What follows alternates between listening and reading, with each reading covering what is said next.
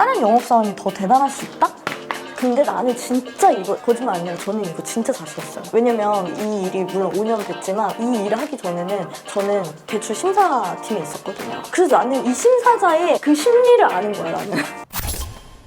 안녕하세요, 제 차진입니다. 오늘은 장기렌트 심사에 관련해서 얘기를 해볼 건데요. 심사라는 단어를 일단 들으면 부정적이고 어렵다라고 많이 느끼실 거예요. 그래서 오늘 왜 심사가 필요하고 승인이 잘 나는 꿀팁들을 좀 알려드리려고 합니다. 리스나 할부는 대출 상품이기 때문에 내가 그만큼의 한도가 나오는지 심사를 보는 게 당연하잖아요. 근데 장기렌트는 대출 상품도 아니고 내가 렌트회사에 차만 빌려 타는 건데 왜 심사를 봐야 되지? 그 말도 일리는 있어요. 빌려 타는 건 맞거든. 근데 왜 심사 승인이 필요하냐면 이 렌트회사도 몇 천만 원짜리의 차를 사와서 계약자에게 빌려주는 거기 때문에 이 계약자가 연체 없이 꼬박꼬박 잘 낼 수 있는지 상환 능력을 평가하기 위해서 심사를 보게 됩니다. 그래서 심사의 기준은 뭐냐, 뭘 보고 평가를 하냐, 간단하게 얘기하면 여러분들이 돈을 빌려준다고 생각하면 쉬울 거예요. 심사의 기준은 세 가지로 크게 나뉠 수 있어요. 신용점수, 소득, 재산 이렇게 나뉠 수 있는데 첫 번째 신용점수는 제가 5년 동안 일을 하면서 가장 많이 받는 질문이 제가 무보증 승인이 나려면 몇 점 정도 안에 들어와야 승인이 날까요? 커트라인이 딱 정해져 있진 않아요. 계약자가 가지고 있는 많은 정보들을 토대로 결론적으로 승인이 나오는 거기 때문에 딱 신용점수가 몇 점이다 라는 그 기준은 없습니다. 근데 경험을 토대로 얘기를 드리면 5천만 원짜리 차량에 무보증으로 승인이 난다. 안전하게 들어왔을 때 830점 이상은 돼야 된다. 근데 물론 신용점수가 830점이 안 되더라도 충분히 어필하면 돼요. 앞으로 말씀드릴 이 서류들이 잘 준비가 된다라고 하면 신용점수가 절대적인 건 아니다.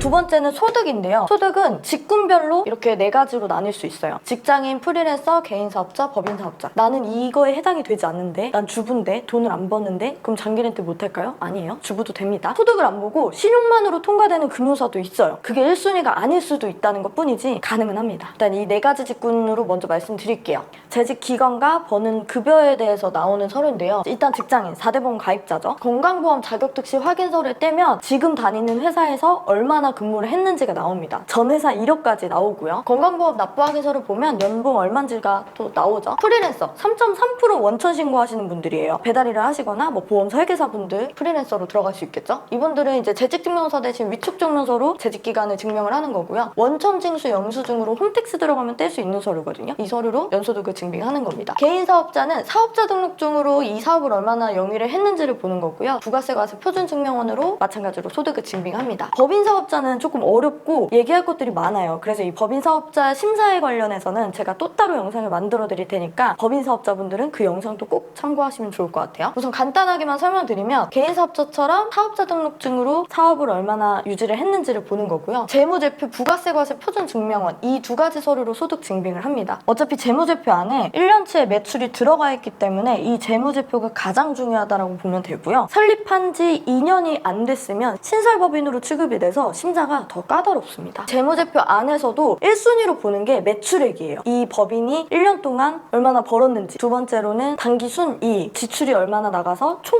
얼만큼의 이익이 남았는지 1년 동안, 3순위는 자본금입니다. 이걸 왜 순위대로 제가 알려드리냐면 예를 들어서 매출액은 좋은데 지출이 그만큼 또 많아서 단기 순이익이 마이너스 처리가 돼 있어요. 이런 법인은 승인이 안 날까요? 당연히 쉽지는 않은데 매출액이 높으면 손실이 나 있더라도 감안해서 승인을 내줍니다. 또는 매출액도 낮았고 그래서 단기순이익이 마이너스 처리가 됐어. 근데 자본금이 빵빵하네? 이런 법인들도 예외적으로 승인이 잘 납니다. 심사자가 재무제표를 보는 그 기준을 제가 알려드린 거고요. 다음에 더 자세하게 알려드릴게요. 마지막으로 재산은 부동산이에요. 내가 토지를 가지고 있거나 상가를 가지고 있거나 내가 살고 있는 아파트, 자가를 가지고 있으면 충분히 어필할 수 있어요. 이 두 개가 충족이 안 돼도 이 재산의 평가 금액이 높다, 난 자신 있다 하시면 어디든 승인 날 수 있습니다. 거의 캐피탈들이 다 동일하게 이 서류들을 받아요. 근데 오늘 영상은 이것들이 다 충족이 되는 사람들이 보는 게 아니라 뭔가 하나라도 부족하고 뭔가 하나라도 걱정되는 분들이 더 집중해서 보고 있을 거란 말이지. 그런 분들을 위해서 예외적으로 승인나는 케이스들을 제가 조금 설명드릴게요. 직장인은 사실 장기렌트를 많이 안 해요. 하는 경우들이 많이 없어. 프리랜서 사업자, 법인사업자 다 비용 처리를 하시는 분들이 장기렌트를 많이 하기 때문에 제가 이 세 가지의 케이스로 예를 좀 드려볼게요.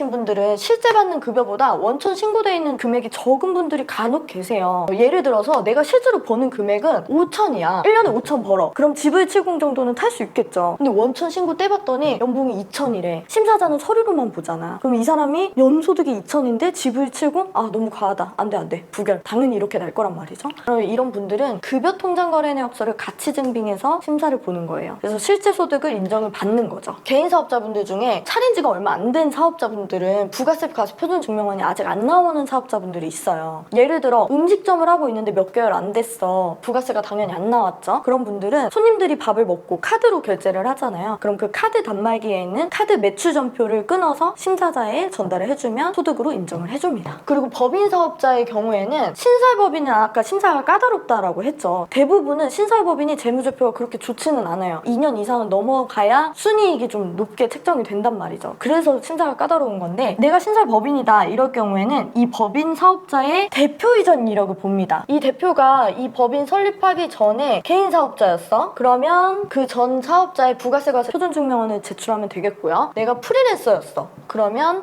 프리랜서였을 때에 원천을 떼서 제출을 하면 됩니다. 뭐 내가 직장인이었어. 그러면 당연히 건강보험 서류를 제출하면 이전 근무했던 회사 이력도 나온다고 했으니까 대표자가 이 법인을 차리기 전에 같은 업종으로 이 정도의 소득을 벌었습니다 라고 제출을 하면 심사자가 그걸 인정을 해준다는 거예요. 근데 대신에 같은 업종이었을 때 인정을 해주는 겁니다. 내가 만약에 음식 장사를 하다가 건설업을 막 차려버려. 그럼 인정이 안 돼요. 같은 업종이어야 됩니다. 그러니까 이 법인으로 내가 안 망할 수 있는 그런 경력을 증빙을 하는 거예요. 여러분 심사 사실 그렇게 크게 걱정 안 해도 돼요. 경험 많은 담당자를 만나고 또 내가 장기 렌트를 하려고 하는 의지만 있으면 심사 승인은 어디서든 납니다. 정말 예외적이었던 케이스를 또 얘기를 해드릴게요. 프리랜서였던 분이 계셨는데 원천 신고도 적어. 그리고 실제 급여 받는 것도 적어. 근데 차를 보는 거는 1억짜리 차야. 당연히 심사자 입장에서는 이거 어떻게 상환을 바로 연체 터지겠네? 하고 바로 부결 내버렸죠. 제가 그걸 어떻게 살렸냐면 사실 저도 좀 걱정이 됐어요. 그래서 있는 그대로 솔직하게 물어봤어. 고객님 이거 혹시 상환 계획이 어떻게 되세요? 이분이 알고 보니까 주식을 어마어마하게 하고 있더라고요. 그래서 그분이 하고 있는 주식 보유 계좌를 증빙을 해서 심사 승인을 내드렸던 적이 있고 어떤 분은 법인 사업자였는데 건설업이셨거든요. 근데 대표자의 이전 경력도 없어. 신설법인이야. 몇 개월 안 됐어. 이 서류들이 다 준비가 안 돼. 그럼 심사자는 볼 게 없잖아요. 평가를 할 게 없잖아요. 그러니까 당연히 부결이 났죠. 그래서 제가 그걸 어떻게 풀었었냐면 대표님 혹시 지금 공사 중이시라면 그 공사 들어간 수주 계약서가 있을까요? 라고 여쭤봤더니 대표님이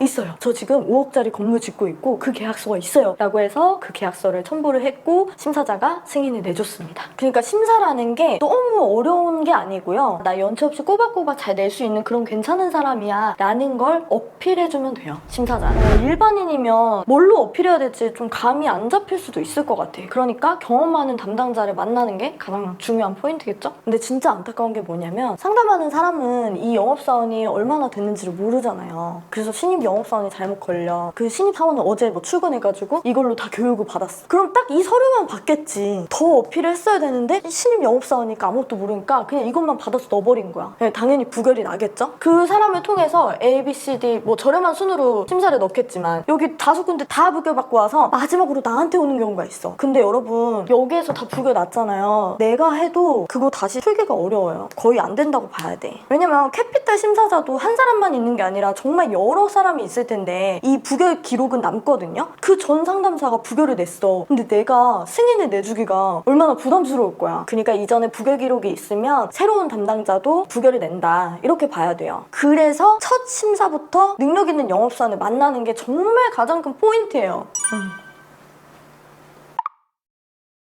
다른 영업사원이 더 대단할 수 있다? 근데 나는 진짜 실장님 이거 진짜 거짓말 아니라 저는 이거 진짜 자신 있어요. 왜냐면 저는 이 일 하기 전에도 이 일이 물론 5년 됐지만 이 일을 하기 전에는 저는 대출 심사팀에 있었거든요. 그래서 나는 이 심사자의 그 심리를 아는 거야 나는. 네, 오늘 장기 렌트 심사 승인에 관련해서 얘기를 드려봤는데요. 결론을 정리해서 말씀을 드리면 내가 이런 서류들이 부족하더라도 가이드라인에서 벗어난 서류들로 충분히 심사 승인을 만들어낼 수 있다. 계약자의 의지만 있고 능력 있는 영업사원을 만난다면 충분히 심사 승인 받을 수 있습니다. 지금 이 영상을 보면서 내가 뭔가 하나라도 부족해서 좀 고민이 된다, 걱정이 된다 하시는 분들은 저희 뒤에 홈페이지에 문의 남겨주세요. 제가 직접 상담 드릴게요. 오늘 영상도 도움 되셨다면 구독, 좋아요 눌러주시고요. 여러분께 도움되는 영상으로 또 찾아오겠습니다. 차진이었습니다. 오케이.